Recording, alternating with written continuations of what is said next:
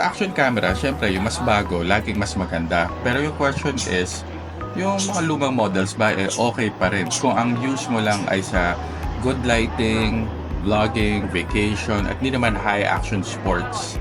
Tas hindi naman sa low light. Kasi Ace Pro talaga nangunguna sa low light, kahit yung lumang model. Pero dito, gusto ko sana pakita yung difference ng One RS sa Ace Pro.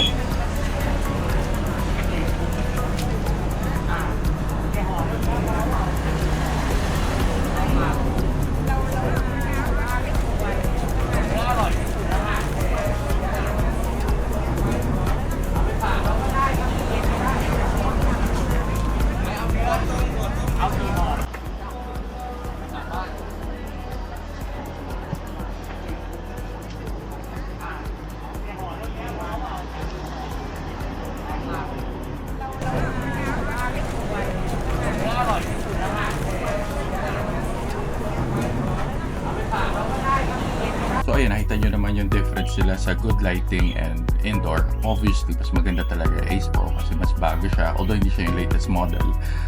Pero kasi kung regular use, yung One RS 4K lens, maganda na in good lighting. Kung action ang pag-uusapan. Pero kung gusto mo talaga na mas maganda pa, I suggest gamitin mo na lang yung cellphone mo. Maraming magandang cellphone cameras lately kung regular vlogging lang and vacation videos lang.